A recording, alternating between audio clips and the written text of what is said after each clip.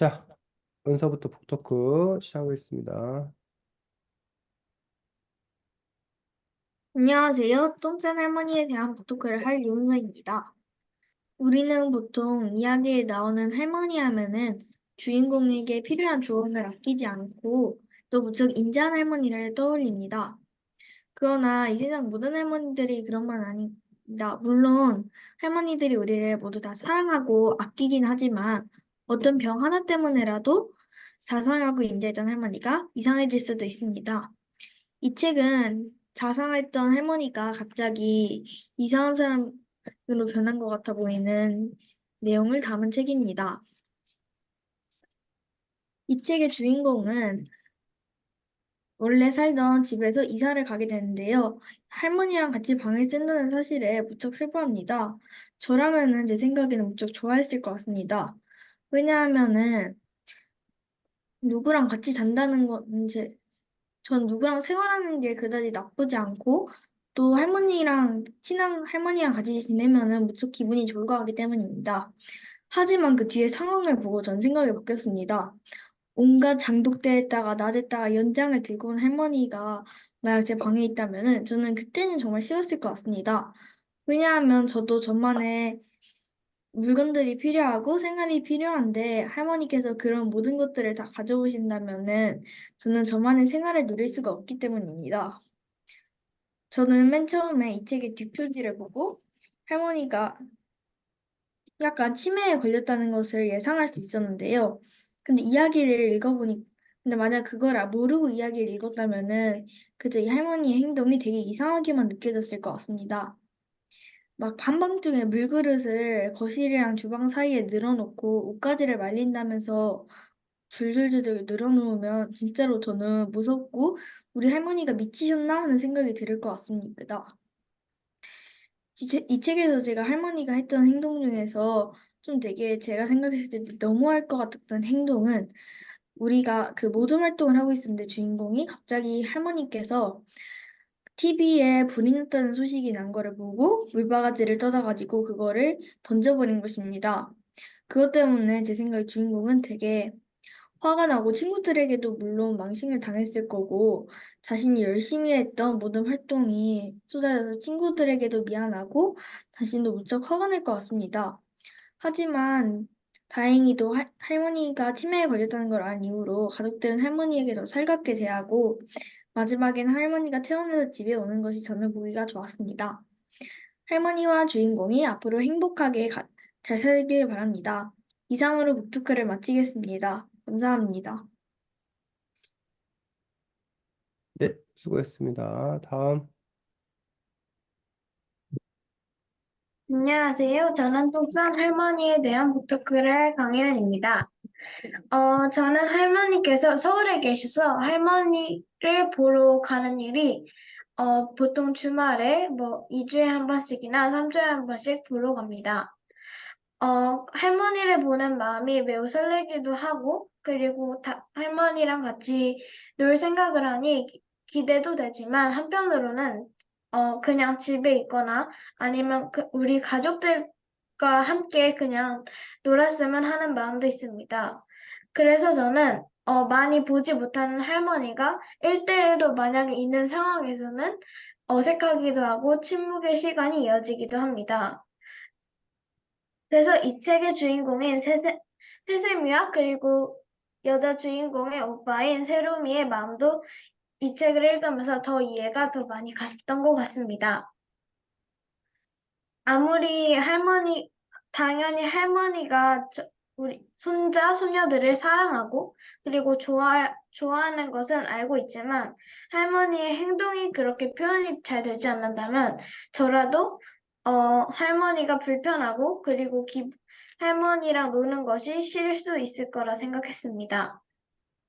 그래서 예를 들어서 내가 친구랑 놀고 있는데 만약에 할머니가 나한테 소리를 지르거나 그렇다면은 오히려 저도 할머니가 우리 집에 있는 것보다는 요양원이나 어느 병원에 입원을 하는 게 좀 더 모두를 위한 일이지 않을까라는 생각을 했습니다.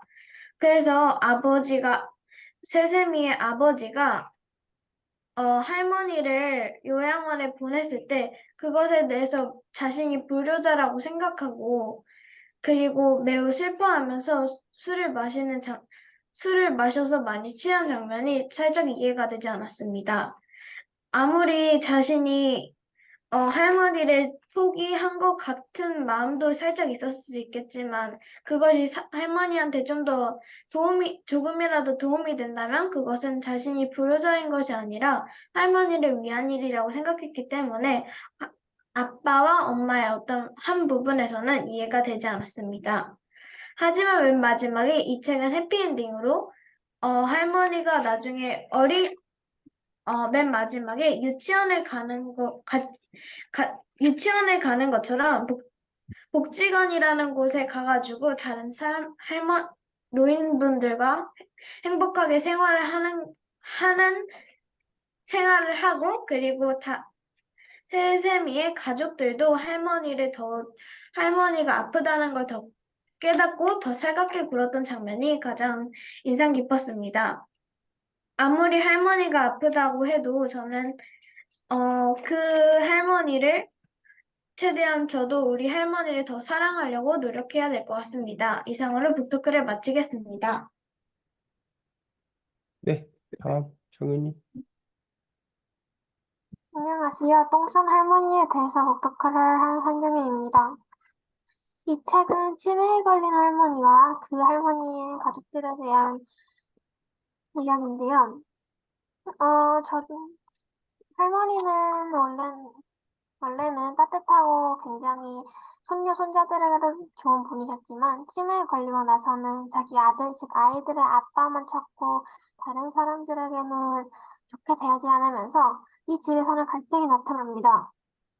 할머니는 엄마와 사이가 별로 안 좋고, 그래서 할머니를 워낙 좋아하는 아빠는 엄마와 싸우고, 그것 때문에 아이들은 힘들어하고, 아이들은 할머니를 싫어하게 되는 상황까지 이릅니다. 치매에 걸린 분들은 우리가 보살펴야 된다고 합니다. 그래서 여기 가족들도 할머니를 열심히 보살피려고 하지만, 그 가족들은 할머니를 보살피기 너무 힘들어합니다.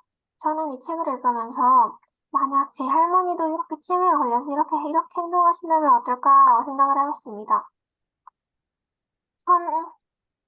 저는 예전에 친할아버지가 돌아가시기 전에 할아버지가 치매에 살짝 걸리셨는데 그때는 저희가 할아버지를 불러도 대답을 못하시고 알아보시지를 못하셔가지고 많이 속상했던 경험이 있었습니다. 그래서 만약 할머니가 이렇게 행동하신다면 하면 분명히 저는 할머니에게 조금 속상할지도 모릅니다. 우린 정말 열심히 잘 대해드리고 있는데 할머니는 아무것도 모르고 그냥 막 행동하시니까. 하지만 그래도 할머니가 치매를 걸린다는 거는 우리 가족으로 너무 슬픈 일이고 너무 안타까운 일이어서 아무리 할머니가 하는 행동들이 마음에 안 들어도 할머니를 싫어할 수 없을 것 같습니다. 이렇게 많은 우여곡절을 끝나고 마지막으로 할머니와 이 주인공들의 가족은 그래도 그나마 평화를 가지게 되는데 여기서 주인공은 마지막에 치매에 걸린 자신의 할머니는 다른 할머니를 보고 우리 할머니라고 하면서 치매에 걸린 할머니는 모두 우리 할머니라고 합니다. 이 말은 이 할머니는 이 책 앞부분에서는 또 나왔었던 할머니인데 그때와 상반된 그 주인공의 반응을 보니 주인공도 많이 성장했고 앞으로 이렇게 주인공은 치매에 걸린 할머니들을 더 존중하면서 조금 더 할머니를 더 사랑할 것 같다는 느낌이 들었습니다. 이 책은 치매에 걸린 할머니와 일어나는 가족들의 문제점과 그리고 그걸 헤쳐나가는 그런 이야기를 담고 있습니다. 엄청 인상 깊진 않았지만 그래도 꽤 잔잔한 책이어서 다른 사람들도 많이 읽으면 재밌을 것 같습니다. 그럼 이상으로 후토크를 마치겠습니다. 네, 수고 많았습니다. 어, 희연이가 인터넷에 문제가 있어서 늦는다는 거지. 3시 4분, 15분. 거의 들어올 때가 된 것 같은데 어떻게 되나? 자, 우리가 지난번에 과제가 있었어? 혹시? 어, 과제 발표부터 먼저 하고, 그러고 나서 이어서 하도록 하겠습니다. 북토크 2등부터. 네. 그 숙제 밑줄 긋고 싶은 문장 세네 개 찾아오기 있었는데, 음, 잠깐만요. 일단 첫 번째는 내가 난리를 몇 번이나 겪었지만 우리 새삼이 잃었을 때처럼 그렇게 앞이 깜깜한 적은 없었다. 그리고 왜? 그 문장은 왜? 왜 밑줄 긋고 싶었어? 왜냐면은 그 새샘이는 할머니를 약간 불편하게 여기고 약간 이상한 사람이라고 생각했는데 할머니가 새샘이를 사랑하는 마음이 좀 더 돋보였던 것 같아서 인상 깊었어요. 음, 그리고 막 하나 더 찾았는데 엄마 아빠가 웃었다. 이렇게 소리를 내어 웃는 엄마 아빠 모습은 정말 오랜만에 보았다. 왜냐면 이 책에서 엄마와 아빠는 항상 서로 보는 듯 마는 듯이었고 항상 가정의 약간 분위기가 다 어둡고 차가웠는데 맨 마지막에 할머니가 잘 생활하는 것을 보고 아니, 맨 마지막에 결국에 할머니가 요양원에서 집으로 돌아오면서 엄마 아빠가 그렇게 그 행복해 보였던 것이 약간 깊게 와닿았던 것 같아요. 음, 좋습니다. 다음, 3등.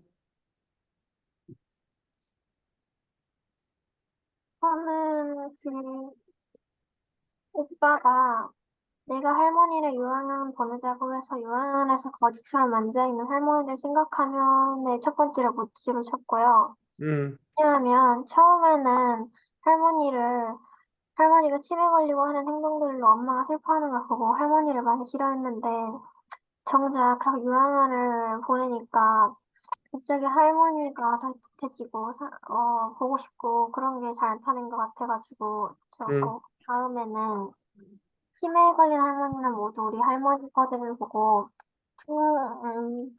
주인공이 뭐 어떤 할머니든 치매에 걸렸으면 열심히 돌봐줘야 되고 부족한 사람이 아니더란 걸 깨닫게 돼서 믿음을 줬고 마지막으로는 그 할머니 특기 그 주인공이 그건 할머니 특기잖아요라고 말한 다음에 특기는 옷 뜯기, 취미는 옷 만들기 하고 엄마가 빙글즈 웃은 거에 밑줄을 쳤는데 이거 앞에 부분들이랑 연결해서 보면 할머니가 초반에 비교돼서 조금 더 상태가 나아지셨고 엄마와도 사이가 좋아지신 걸 보니 그래도 평화가 찾아왔다 해서 긍정적인 느낌이 들어서 밑줄을 쳤어요.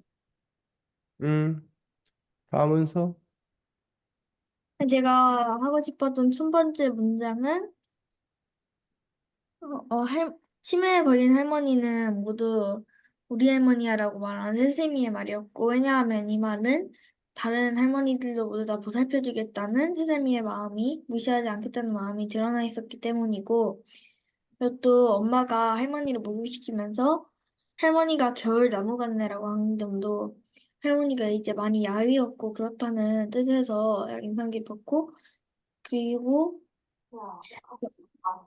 겨울 나무는 친구가 필요하다는 말도 되게 인상이 깊었고, 왜냐면 이게 또 친구가 되어주겠다는 거고, 서로를 인정하겠다는 거고, 그리고 또 마지막에 엄마가 말했던 우리 할머니의 특기는 옷 뜯기고 취미는 옷 만들기야라는 문장도 인상이 깊었는데, 왜냐면 그건 할머니가 그냥 이상한 짓을 하는 거라고만 생각하지 않고, 그것도 그대로 인정해주겠다는 것이기 때문입니다. 그렇지. 자, 그래서 여러분들이 이제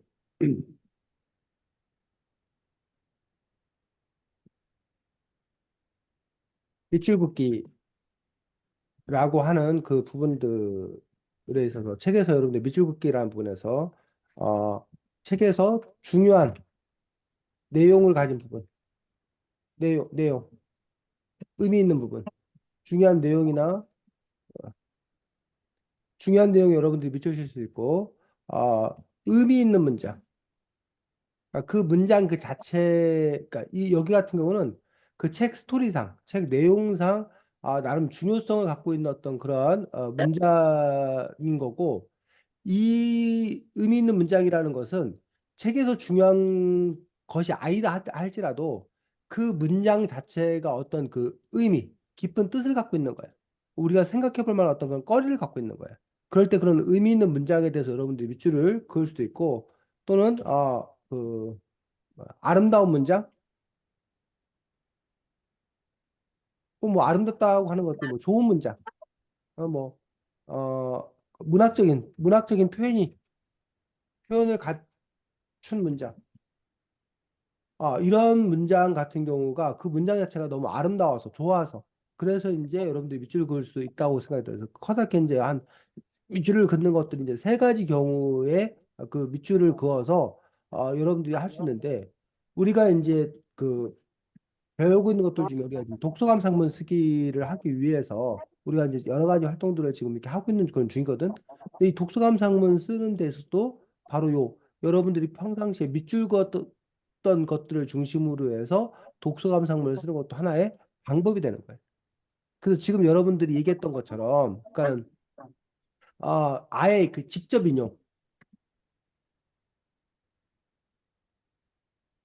인용하는 거는 책의 그 부분을 큰 따옴표 또는 작은 따옴표 가지고 책에 있는 그 내용 그 부분을 그대로 이렇게 인용을 하는 거예요. 책에서 나와 있다. 그리고 나서 여러분이 조금 아까 얘기했던 왜 내가 이 부분이 의미 있었나 라는 부분들에 대해서 그 의미 있는 그 부분들을 중심으로 설명하는 방법들. 그러니까 밑줄 긋기 그 한 부분들을 중심으로 해서 그거에 대해서 내가 왜 그 부분에 대해서 그 이야기 그 의미 있었나를 설명하는 방식. 지금 조금 아까 숙제를 발표한 방식. 어? 그 방식을 말로 했었는데 그 말로 하지 않고 글로서 쓰는 것들도 독서감 상문을 쓰는 하나의 방식일 수 있다는 얘기. 근데 그게 아주 세련된 방식은 아니야. 왜냐하면 지금처럼 이렇게 난 A라는 부분이 의미가 있었는데 왜냐하면 뭐하고 B라는 부분이 있는데 왜냐하고 C라는 부분이 있는데 왜냐하고 이런 식으로 하면 그걸 보고 이렇게 병렬한다 병렬. 그러니까 이렇게 나열. 그러니까 늘어놓는 거야 늘어놓는 거. 그러니까 그것들이 하나의 그 일관성을 갖기가 좀 쉽지가 않아. 그렇게 됐을 경우에는. 근데 그렇게 하지 않고 이제 또 하나의 방법은 일관성을 갖는 부분들인데 너희들이 어떤 주제를 정해놓고 그 이야기를 펼쳐가는데 너희들이 이야기하는데 필요한 내용들을 필요한 부분을 책에서 이렇게 갖다가 따다 쓰는 방법이에요.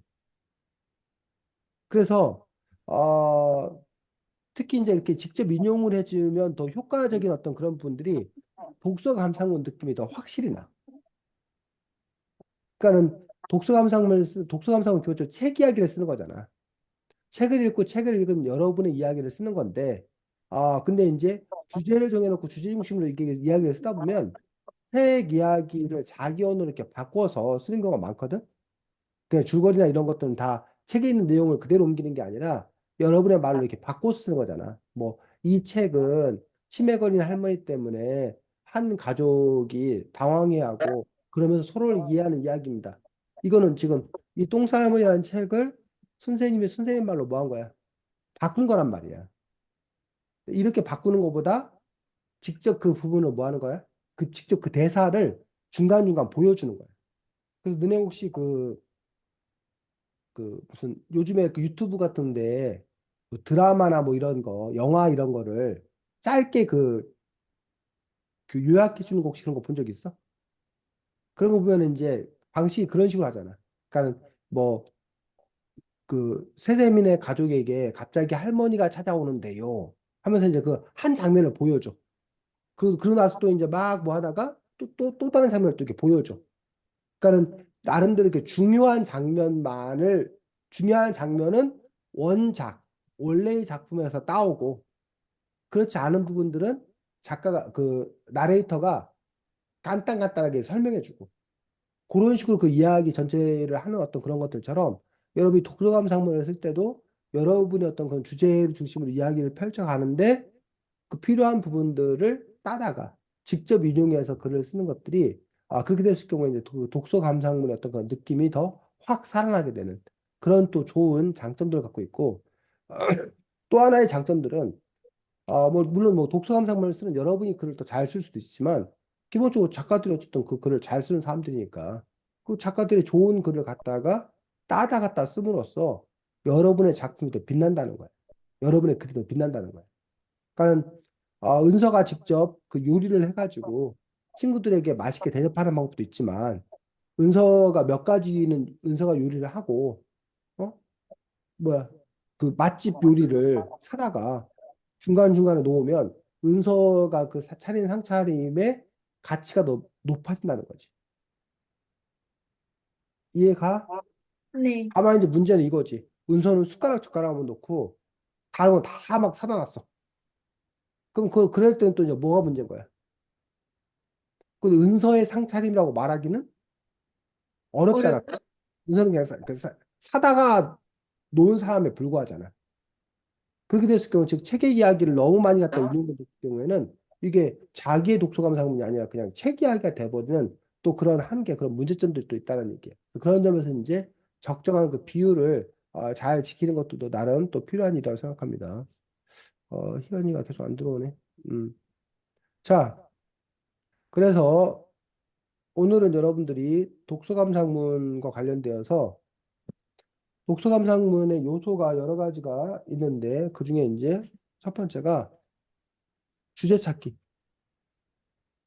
주제 정하기. 자,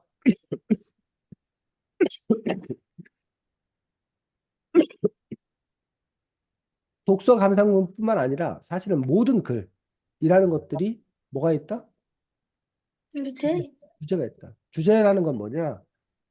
여러분이 어떤 글을 써. 글을 쓴다고 할 때는 내가 이 글을 통해서 전하려고 하는 메시지가 뭐냐라는 거예요. 내가 도대체 무슨 이야기를 하고 싶어서 이 글을 쓰겠냐라는 것들. 그걸 우리가 주제라고 해요. 그래서 여러분이 두 가지를 다 잘해야 돼. 하나, 독서할 때는 이 작가가 도대체 이 글을 왜 썼는지, 이 작가가 이 글을 통해서 표현하려고 하는 게 뭔지, 책에 담겨 있는, 글에 담겨 있는 주제를 잘 찾아야 돼. 주제 찾기, 주제 파악하기를 잘해야 돼.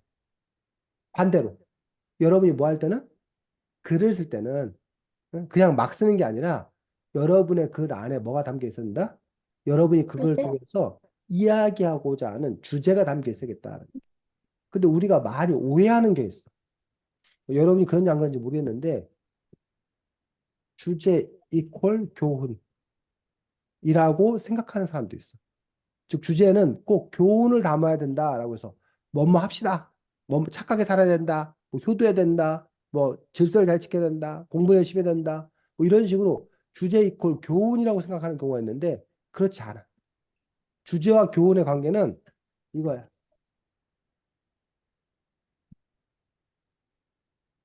이게 무슨 관계야? 선생님 기호가 없어서 이걸 대신했는데, 수학 시간에 배우는 그 포함 관계 있지, 포함 관계. 네. 그러니까는, 아,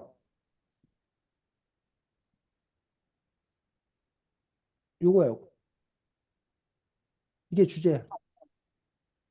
네. 이 주제 안에 뭐가 있는 거야? 음, 아, 교훈이라는 부분이 담겨 있는 거예요. 그래서 주제란 분의 교훈 말고도 사실은 뭐 다른 여러 가지 것이 있을 수 있다는 얘기야. 근데 우리는 마치 주제 이퀄 교훈이라고 생각하는 경우가 있는데 그렇지 않다는 거야. 그래서 여러분이 글을 쓰는데 뭐 예를 들면 뭐야? 겨울인데도 방학 안 해가지고 계속 학교 다니면서 너무 내가 짜증스러워. 그래갖고 학교 다니는 그 추운 겨울에 학교에 다녀야 되는 그 짜증스러운 마음. 그게 그 글에 뭐가 될 수 있다는 거야. 주제일 수 있다는 거야. 지금 쌤 말 이해가? 네. 쌤 같은 경우는 지금 오래간만에 수업을 하는데 희연이가 안 와. 그 희연이가 안 와. 지금 희연이가 안 와가지고 걱정되는 마음. 그것도 역시 뭐가 된다는 거야? 주제가 된다는 거야. 그러니까 주제가 뭐 짜증내지 말고 학교 열심히 다니자. 뭐 지각하지 말자. 뭐 점검은 제대로 잘하자. 꼭 이래야 되는 건 아니라는 거예요. 그냥 나는 이 글을 읽고 그냥 너무 어떤 뭐 너무 슬펐어. 그러면 그 슬픈 그 마음 이게 뭐가 된다는 거야? 주제가 될 수 주제? 있다는 거야. 지금 쌤 얘기가 이해가 가? 그래서 네. 여러분이 이 책을 읽고 나는 뭐를 얘기하고 싶은가라는 분에서 뭐 예를 들면 뭐 너무 어처구니 없다. 너무 이런 상황 난 너무 이해할 수 없다. 그리고 그 뭐뭐한 것들을 이해할 수 없는 그런 마음. 그럼 그게 또 주제가 되는 거예요. 희연이가 왔네 드디어. 희연이가 와서 이제 뭐예요? 오랜만에 만나는 희연이에 대한 반가운 마음. 오랜만에 보니 무척 반갑다. 그럼 그게 뭐가 될 수 있다는 거야? 또 주제가 될 수 있다는 거죠. 희연아 안녕. 안녕하세요. 얼마나 당황했어. 아, 집에 아, 인터넷이 안 되는데, 줌도 안 되는 거예요. 그렇지. 그래서, 인터넷 하니까 주면 안 되겠지. 그래서 그래서 엄마 올 때, 엄마 핫스팟에 연결하려고 엄마 왔는데, 3시 11분에 엄마 왔거든요? 어, 근데 그때부터 핫스팟 연결도 겁나 오래 걸리는 거예요. 어유, 그래서 지금 왔네요. 죄송해요. 그렇지. 그나마 다행이야. 희연이 같은 경우는 그래서 얼마나 당황스러웠겠어.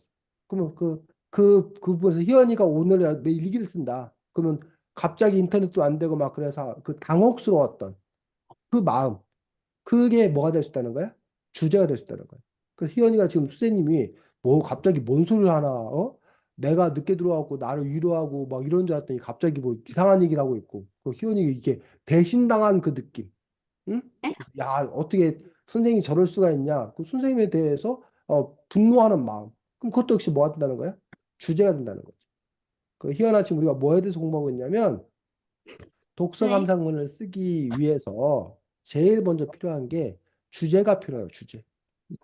그 독서 감상문을 쓰면서 내가 그 독서 감상문을 통해서 하고 싶은 이야기가 뭐냐, 뭘 얘기할 거냐, 그 주제가 필요한데 그 주제라는 것들이 꼭 교훈일 필요는 없다는 거예요. 또 반대로 그랬더니 주제가 교훈일 필요는 없다 그랬더니 교훈이면 또 안 된다고 생각하는 사람들 그렇지 않아. 그 주제를 통해서 자기가 뭐 교훈을 전달하고 싶으면 교훈을 얘기해도 된다는 거예요. 그래서 교훈이어도 되고 교훈이 아니어도 되고. 그래서 여러분들이 일기글을 쓸 때도 그, 그 글 자체가 하나의 완성된 일기글. 그러니까 물론 일기 같은 경우는 그냥 하루의 일상의 어떤 그런 기록이고 뭐 순간순간 어떤 그 느낀 감정을 기록한 거기 때문에 굳이 그 완성된 글일 필요가 없어 사실은. 일기는 원래 자기만의 글이기 때문에. 근데 만약에 일기글 자체도 여러분이 그 완성된 하나의 글을 쓴다고 했을 때는 그럼 거기에 역시 뭐가 담겨 있다는 거예요? 주제를 담고 있어요, 주제를. 그래서 그런 점에서 이제 다만 이제 논설문 같은 경우는 주제 자체가 이게 주장하는 글이다 보니까 주장이 곧 주제가 돼. 논설문 같은 경우는. 근데 그에 비해서 이제 이른바 에세이, 수필 같은 경우는 주장을 담는 어떤 그런 경우도 있지만은 주장을 담는 것보다는 어떤 일상생활에서 느끼는 뭐 친절에 대한 고마움, 뭐그 뭐야 새해가 새롭게 시작되는 거에 대한 어떤 설레임, 응? 그 설레는 마음, 그럼 그 자체가 뭐가 될 수 있다? 주제가 될 수 있다는 거예요. 그래서 다시 이제 주제가 자, 선생님 주제 정하게 대해서 지금 얘기를 하고 있어. 교훈은 주제 1분이고 어쨌든 주제는 그 글을 통해서 자신이 세상 사람들에게 하고 싶은 이야기, 전하고 싶은 이야기, 전하고 싶은 마음 이것이 뭐가 된다? 주제가 된다. 이제 그래서 보통은 글 한 편에 주제가 몇 가지? 한 한 가지? 가지. 한 글 하나의 주제에 한 가지를 담고 있는 것들이 가장 이제 그 바람직하다라고 얘기를 합니다. 근데 이제 이 한 가지가 다시 두 가지로 나뉩니다. 1번은 그냥 한 가지. 그냥 하나야. 두 번째는 그 뭐라고 해야 되나? 부하를 둔 한 가지. 그러니까는 그 은서 그러면 그 은서 그 자체가 하나야. 그 자체가 주제 하나.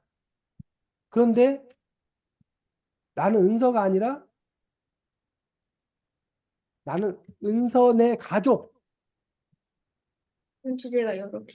은선의 가족이라고 그러면 그 가족이라는 것 자체는 하나잖아. 근데 은선의 가족 안에 뭐가 있는 거야? 은서 여러 아빠도 있고 엄마도 있고 뭐 은서도 있고 막 이런 거잖아. 근데 하나인데 사실 하나가 아닌 거지. 아니에요. 지금 쓴 말 무슨 말인지 알겠어? 네. 아, 그 이런 식으로 해서 그냥 한 가지가 있고 그 부하를 둔 한 가지, 그 밑에 체계를 둔 한 가지가 있을 수 있다는 거야. 그래서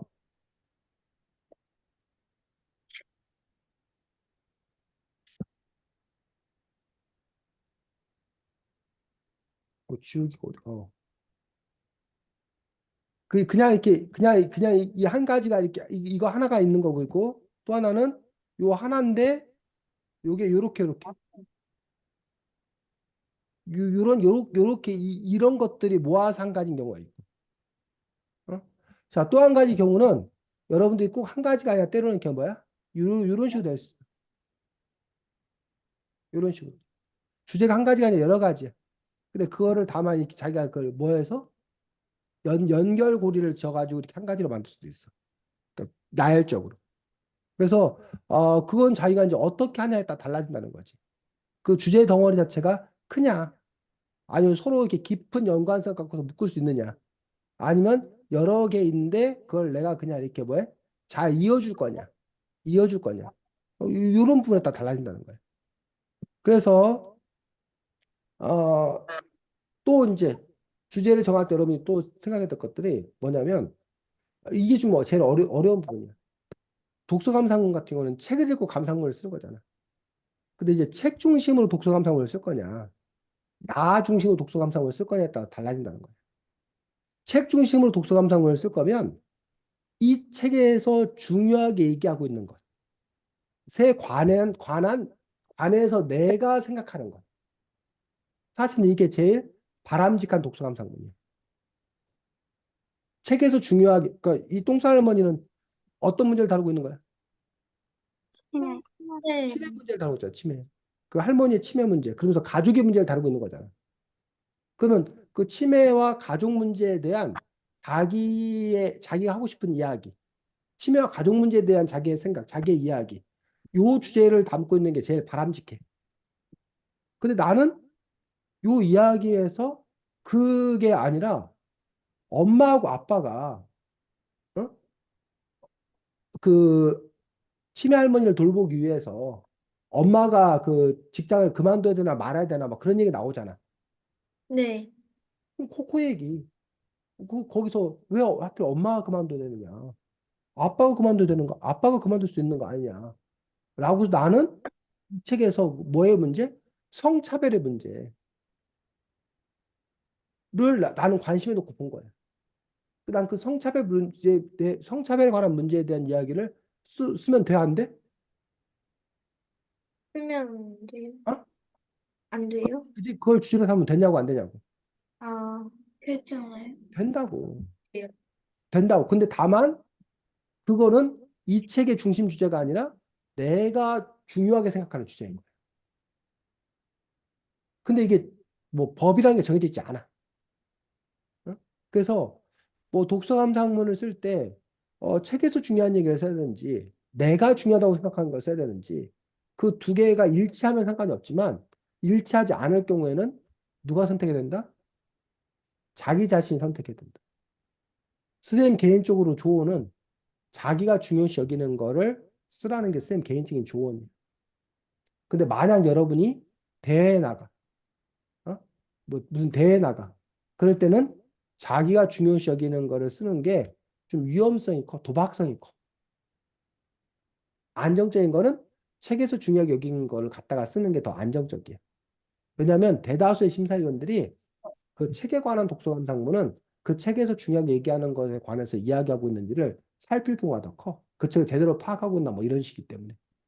근데 간혹 책에서 중요한 거를 썼을 경우에 이제 문제가 뭐가 되냐면 똥쌀 할머니에 대한 주제 책을 읽고 은서나 혜윤이나 희연이나 정윤이가 쓴다라면 거의 다 뭐한 얘기를 쓴 거야? 주제가 비슷비슷할 거 아니야. 그러면 이른바 창의성, 차별성이 없어지는 거야. 그러다 보니까 또 이렇게 그런 문제가 또 생겨. 그러다 보니까 이제 조금 다른 시선, 다른 색깔의 글을 더 좋은 글이라고 생각하는 사람도 있어. 거기에 더 높은 점수를 매기는 심사위원들이 있어. 그런 사람들 입장에 봤을 때는 여러분들이 그 똥쌀 할머니를 다른 시각에서 바라보는, 다른 주제를 바라보는 사람들을 더 높이 평가해. 근데 그건 여러분의 심사위원이 누구일지를 우리가 알 수 있어, 없어? 없는 거야, 그거는 사실. 그러다 보니까 인생에 있어서 선생님이 대부분은 노력에 의한 것들이 맞아. 그리고 대부분은 실력이 더 뛰어난 사람이 더 좋은 성취를 얻는 게 맞아. 대부분은. 근데 간혹 이상하게, 이상하게, 어, 운이라는 부분들. 어? 심사위원과 이런 매치가 뭐, 잘못돼가지고, 뭐 운이라는 어떤 그런 부분에 따라서 예상한 어떤 그런 결과와 다른 결과가 나오는 경우도 있다는 얘기죠. 또 하나, 내가 다른 시각으로 썼는데, 그런데 다른 시각으로 썼는데 그것들이 오히려 심사위원들을 설득해서 더 큰 공감을 불러일으킬 수 있다면 다른 시각으로 쓴 게 사실은 가장 최상의 그런 방법이 될 수도 있어. 근데 사실은 다른 시각으로 써가지고 이렇게 그런 최상의 결과를 내오기가 쉽지는 않다는 또 그런 단점이 있는 거지. 어쨌든 선생님이 그 여러분들이 뭐 그때 뭐 맨날 그 독서감상문을 무슨 뭐 대회 나가려고 시험 보려고 뭐 이렇게 쓰는 거 아니기 때문에 어쨌든 일상적으로 선생님이 얘기하고 싶은 것들은 여러분이 쓰고 싶은 얘기를 써라. 여러분이 쓰고 싶은 얘기를. 근데 이제 여러분이 하나 주의할 것은 그 책의 주제가 뭔지 내가 아는 상황에서 쓰는 것과 알지만 난 이 책을 다른 각도에서 난 이 얘기를 난 더 집중 조명해 보고 싶어서 쓴다. 라는 어떤 그런 측면에서 쓴다라면 그 사람 수준이 높은 거예요. 근데 그게 아니라 내가 이 책의 주제가 A인데 내가 주제를 잘못 파악해서 그 주제를 몰라서 B나 C를 쓴다.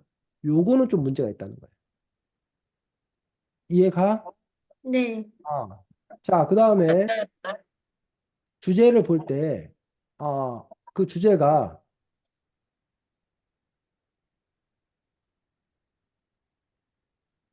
책 전체에 해당되는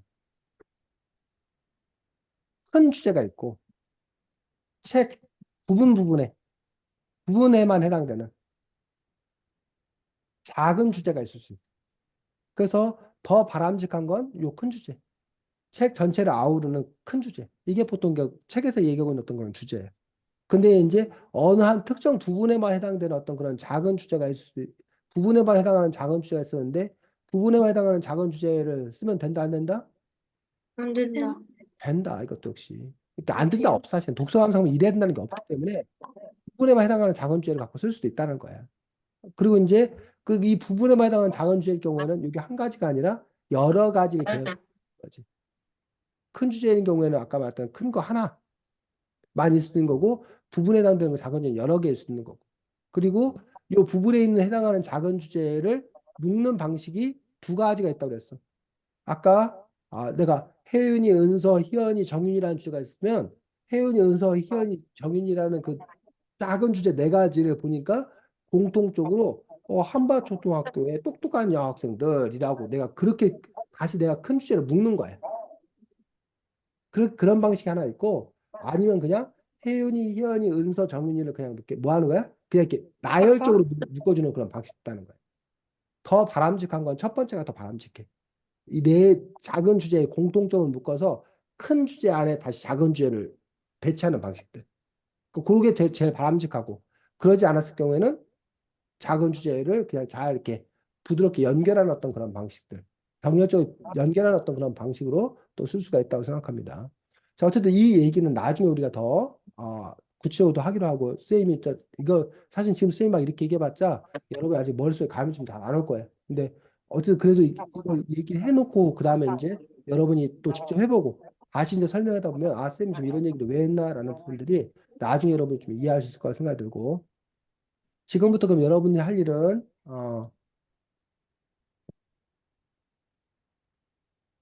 똥싸 할머니 책 뭐하기? 주제 찾기. 뭐 주제 정하기.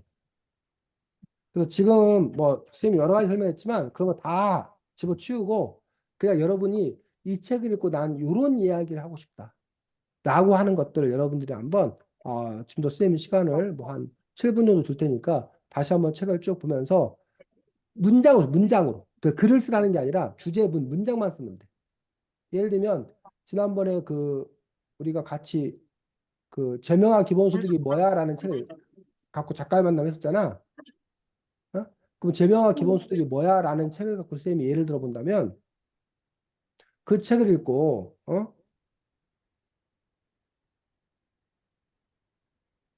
뭐 나도 알래스카에 가고 싶다. 알래스카의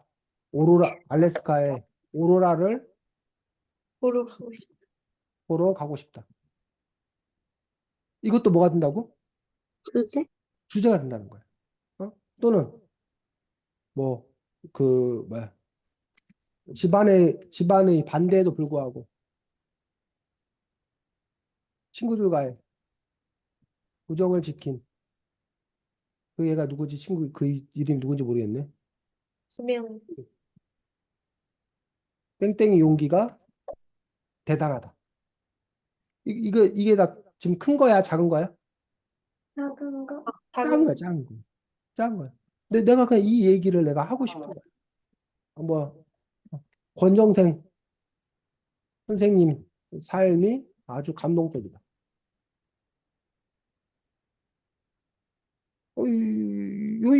요 작은 거야.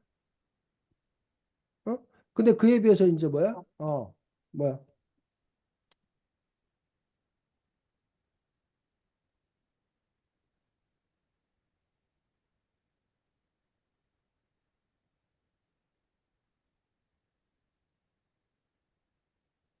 기본소득 있는 세상 우리를 좀 더 평안하게 해줄 수 있다. 만약 이걸 쓴다라면 이거는 큰 주제가 되는 거야. 그리고 그 작가가 얘기하려고 하는 어떤 그 주제에 해당되는 어떤 그런 부분이라는 얘기. 이런 식으로 이게 작은 주제가 되었던 큰 주제가 되었던 관계없이 여러분들이 이렇게 문장으로 여러분들이 이렇게 주제에 해당되는 어떤 그런 부분들을 한번 쭉 써보자는 거지. 주제만 될 수 있는 것들을. 그래서 지금은 여러분이 독서감상문 진짜 쓸 게 아니라 이것도 이 독서감상문의 주제가 될 수 있다. 될 수 있다라고 여겨지는 것들을 한번 다 써보는 거예요. 자, 희연이 지금 뭘 해야 되는지 이해가 가? 어. 네. 혜인이, 정인, 은서 질문. 네? 질문. 없고? 없어요. 됐어요, 혜연아? 네. 정인이도? 알겠습니다. 그럼 여러분들이 이렇게 뭐 이렇게 컴퓨터에 쓰든지 뭐 하든지 해서 어쨌든 쓰고 좀 이따가 발표해 보도록 하겠습니다. 시간 한 7분 정도 드리도록 하겠습니다. 그래서 한번 잘 고민을 해보고 다양한 주제를 여러분들 한번 또 찾아보시기 바랍니다. 자, 그러면 찾겠습니다. 시계가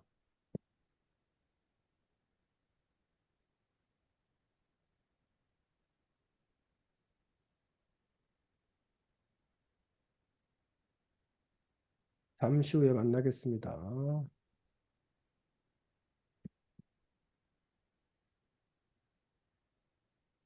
네.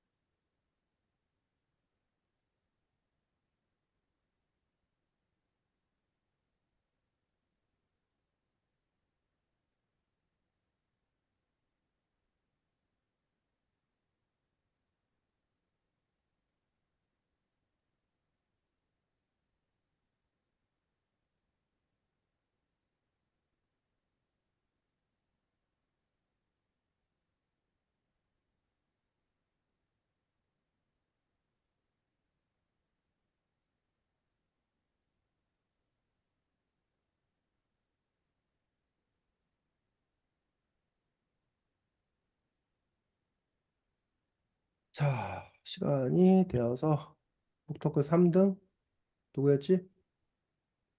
정인부터 발표부터 하겠고 희연이가 4등이야. 발표해 보도록 하겠습니다.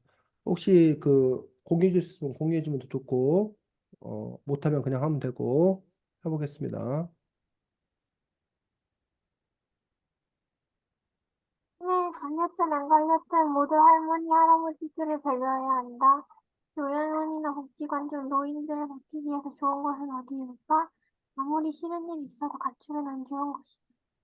그 정리가 지금 세 가지를 썼네. 그래서 치매에 걸렸든 안 걸렸든 모든 할머니, 할아버지들을 배려해야 된다라는 어떤 그 부분들에 있어서 뭐뭐 해야 한다라고 해서 정윤이가 이제 어떤 그런 교훈을 담은 그런 의식을 담은 어떤 그런 글들을 쓴 거야. 그래서 이제 요 책의 어떤 그런 주제와도 사실 또 이렇게 관련 있는 어떤 그런 부분이고 뭐 큰 주제야.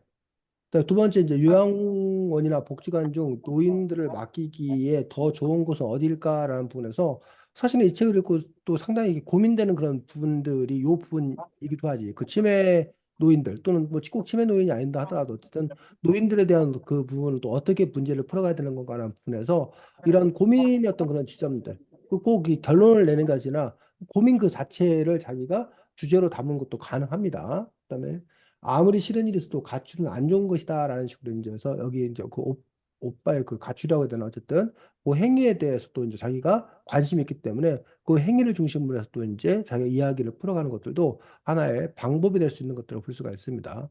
요 세 가지 중에서 어쨌든 우리가 그나마 이렇게 1, 2, 3번 중에서 묶을 수 있는 건 몇 번이야?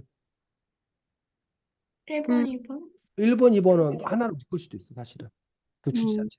1번, 2번 같은 경우는 그 노인의 문제들에 관해서 자기가 묶어보는 어떤 그런 것들도 이제 가능하다고 생각되고 1, 2번을 묶어서 그냥 하나로 쓰는 것도 방법도 하나가 있고 아니면 1, 2번의 이란 주제 안에 이제 1번, 2번을 배치해 놨던 그런 방법도 있고 그 3번 같은 경우는 그럼 이제 이게 1, 2번과 바꿔주기 힘들지만 어떤 이 책을 중심으로 해서 쓰는 것들도 하나의 방법은 되겠지. 수고했습니다. 다음 희연이. 맞아? 음. 공유할게요.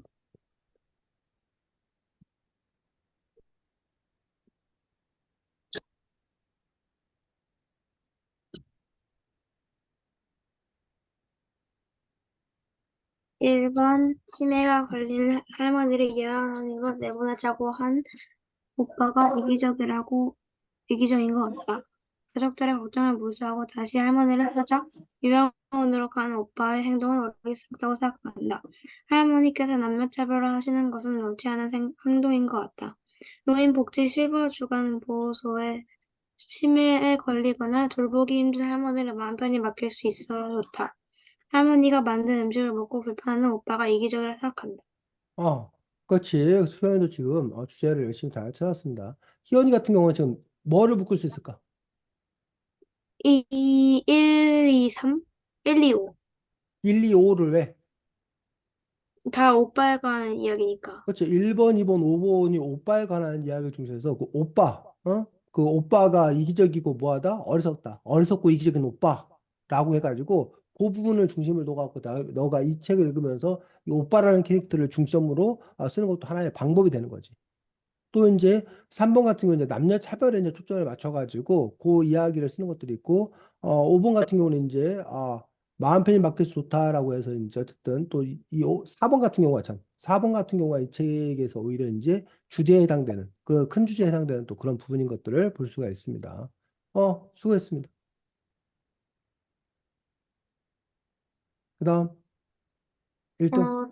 저 음, 주제를 저는 하나는 이거가 여러 가지가 있는 거여서 그 밑에 있는 것도 다 썼거든요.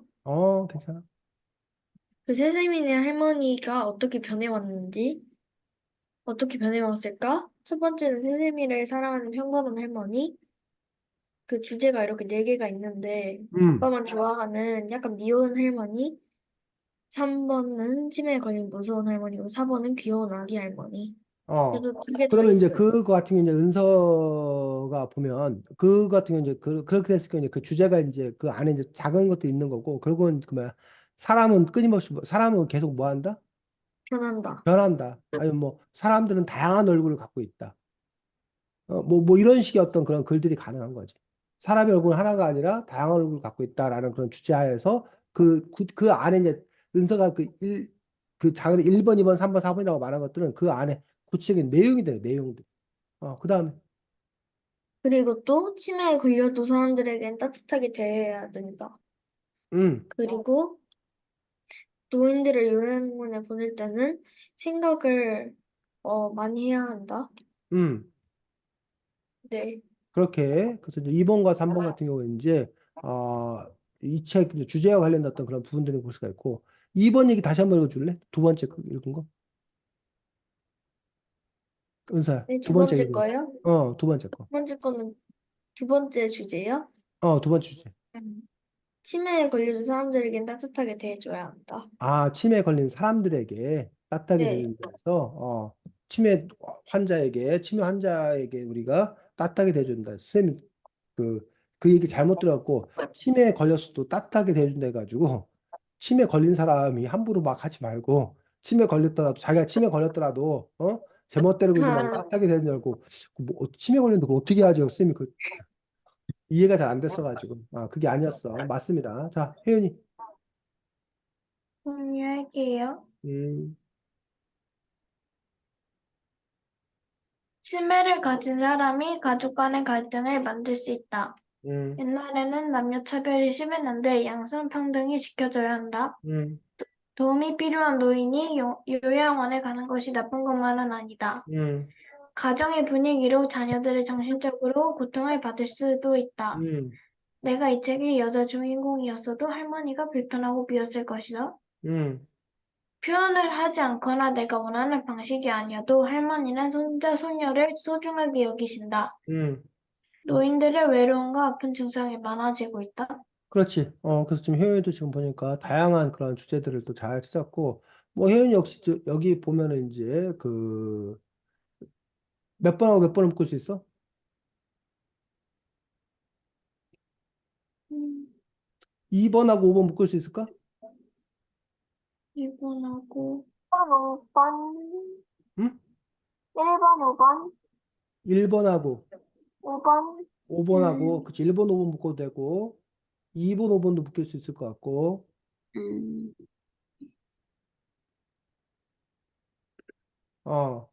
그 다음에 3번과 7번도 묶을 수 있을 것 같고, 네. 뭐 이런 식으로 어쨌든 또 이렇게 봐서 자기가 이렇게 몇 가지 또 이렇게 묶을 수 있는 것도 이렇게 묶어주는 작업들. 그래서 일단 첫 번째는 주제를 찾는 작업이 우선이고, 그다음에 내가 정말 글을 쓰려 할 때 그러면 그 중에서 주제를 뭘로 좋아할 건가 하는 그 다음에 작업이에요. 수고했습니다. 그래서 이제 독서 감상의 주제를 찾는 방법이 크게 두 가지가 있습니다. 하나는 여러분이 책을 읽으면서 그때그때 떠오르는 마음이 있어. 그때그때 드는 마음들. 그거를 잘 뭐 했다가 기억했다가 또는 메모해 두었다가 그걸 가지고서 나중에 글을 쓰는 방식이 있습니다. 첫 번째 방식. 그게 좀 생생한. 두 번째 방식. 근데 이제 생생한데 그 방식의 단점은 뭐냐면 전체적인 걸 보기보다 이렇게 부분 부분에 해당되는 경우가 커. 그 방식은. 또 하나의 방식은 책을 다 읽고 난 다음에 여러분이 고민해 보는 거야. 뭘 쓰지? 무슨 얘기를 쓰면 좋을까? 그리고 심지어는 조사도 해봐. 그 책에 관해서 작가의 의도도 읽어보고 그러면서 이 책에서 요 얘기를 붙잡아 써야겠다. 라고 책을 다 읽고 난 다음에 전체를 가지고서 쓰는 방식도 있고 물론 뭐 이 두 가지를 병합해서 합쳐서 이렇게 하는 방식들도 있고 또 어쨌든 어떤 식으로 하든 자기가 결국은 주제를 정해야 되는데 어쨌든 주제를 정하기 위해서 많은 노력이 필요한 거예요. 그래서 사실은 주제를 정하면 책 절반이 끝난 거라 글을 쓰기 절반이 끝난 거나 마찬가지. 근데 이거는 글을 잘 쓰는 사람들의 얘기예요. 어? 그래서 왜냐하면 글을 잘 쓰는 사람들 같은 경우는 글 쓰는 거 사실 그렇게 어렵지 않아. 아이템을 정하는 게 어렵지. 뭐에 대해 쓸 거가 어렵지. 근데 이제 아직은 여러분이 이제 글을 배우고 뭐 이렇게 글을 처음 쓰는 거기 때문에 여러분이 이제 글 쓰는 거 자체도 사실 쉽지 않았던 그런 일이기도 하지만 쌤이 지금 주제를 정하면 절반을 쓴 거나 마찬가지라는 얘기가 결국은 주제 정하기가 그만큼 중요하다라는 걸 얘기하고 싶어서 그렇게 얘기하는 겁니다. 그래서 결국은 자꾸 여러분들이 뭘 얘기하고 싶은지 뭘 바라는 건지 그러고 나서 이제 지금 여러분이 머릿속에 떠오르는 것들을 이른바 우리가 브레인스토밍 하듯이 막 이렇게 나열한 거야. 근데 이제 그 중에서 정말로 내가 어떤 주제에 관한 이야기를 할 건가라는 부분들에서 내가 잘할 수 있는 이야기, 또 그 이야기거리가 풍부한 이야기, 또 그 주제 자체가 남에게 의미 있는 이야기, 이런 걸 기준으로 또 여러분들이 뭐 할 수 있다고 선택할 수 있다는 거예요. 그 부분들은 또 나중에 우리가 차근차근 해 나갈 수 있도록 하겠습니다. 우리가 그 예니에 끝나지 않은 축제책은 봤었지, 지난번에. 네. 그리고 남은 책이 달림은 알지하고 절뚝이 염소 남았는데, 다음 주는 달림은 알지요라는 책. 그리고 갖고 하도록 하겠습니다. 다음 주에는 희연이가 1등 할 겁니다. 희연아, 북토크.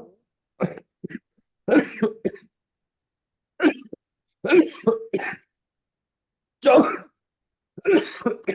아이고. 정인이하고 혜연이하고 은서 중에, 너네 그때 심사를 어떻게 해? 그날 정했어? 아니면 지금 정해? 다음 주? 그날, 어? 그날, 그날 정해? 다음 주에? 3명 가위바위보 그날 정하기로 하고. 그 다음에, 뭐 얘기하지? 어, 다음 주 과제는 그럼 당연히 뭐겠어? 주제, 줄 찾기? 주제 주제 찾기. 찾기. 달림을 알지요라는 책에 대해서 여러분 오늘 했던 것처럼 주제를 한번 여러분들 찾아보는 첫 번째. 그 다음에 하나 더 하겠습니다. 뭐 하기? 지난번 했던 과제 똑같은 거. 밑줄 긋기. 달림을 알지요라는 책에서 밑줄 긋기 여러분들이 해서 그 밑줄 긋은 문장들을 직접 여러분들이 이렇게 워드로 쳐가지고 이렇게 나중 다음 주 공유해 줬으면 좋겠습니다. 그래서 그 밑줄 긋기를 여러분도 자꾸 연습해 보는 것들도 나중에 독서 감상을 쓰는 어떤 그런 재료들을 구하는데 여러분들에게 의미가 있기 때문에 그리고 책을 읽으면서 자꾸 여러분들이 밑줄을 긋는 어떤 그런 연습들, 메모해 놓는 어떤 그런 것들이 또 중요한 여러분들의 독서 습관들 중에 또 하나입니다. 좋은 독서 후 활동, 독서 습관 중에 하나이기 때문에 밑줄 긋기 활동을 또 하도록 하겠습니다. 희연이 혹시 똥살 할머니 밑줄 긋기 해놓은 거 있어? 있으면 발표하고. 네. 그럼 희연이가 발표하겠습니다. 잠깐만요. 음,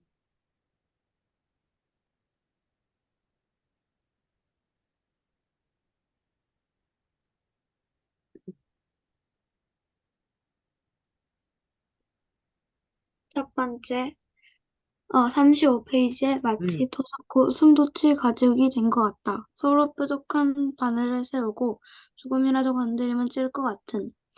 이유가 식구들이 모두 차근차근 이야기하지 못하고 화를 내기 급급한 모습을 고슴도치 가족에 비유한 표현이 감명 깊어서 음. 좋았고, 두 번째로 123페이지의 오빠 일기에서 지구에서 뛰어내리면 에서 아무도 돌봐줄 사람이 없어 할머니를 요양원에 보냈지만 그 죄책감 때문에 쓴 오빠 일기에서 너무 힘들어서 죽고 싶다는 말을 지구에서 뛰어내리면이라고 표현해 얼마나 힘든 시련을 겪고 있는지 느끼게 해주는 문장이었습니다.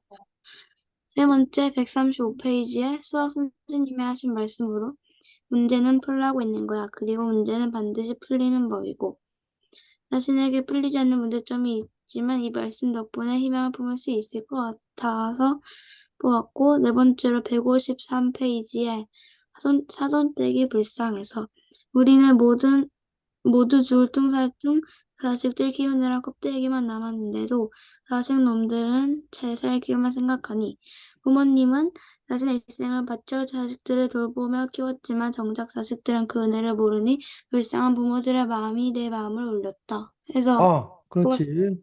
지금 희연이가 숙제를 한 게 이게 선생님이 이런 식으로 숙제했으면 하는 어떤 그런 가장 바람직한 모습을 보여준 거야. 그래서 직접 그 문장, 쪽수와 그 문장을 인용하고 그 문장을 인용한 이유까지 이렇게 자기가 이렇게 써서 이렇게 하는데 이런 연습들. 그래서 최소한 그 문장만이라도 여러분이 쳐놓는 어떤 그런 분이 필요한데 어쨌든 나중에 또 내가 이 문장을 왜 밑줄 껐나 모를 수 있기 때문에 이런 식으로 그런 이유나 이런 것들도 이렇게 간단하게 쓰는 것들도 좋다고 생각합니다. 그래서 지금 희연이가 했던 것처럼 여러분이 이런 것들 그래서 아예 이번 기회에 여러분들이 그 뭐지 밑줄 긋기 노트 비슷하게 아니면 뭐 워드도 괜찮고 해서 그거를 이렇게 이런 것들을 이렇게 그냥 뭐 해놓는 거야?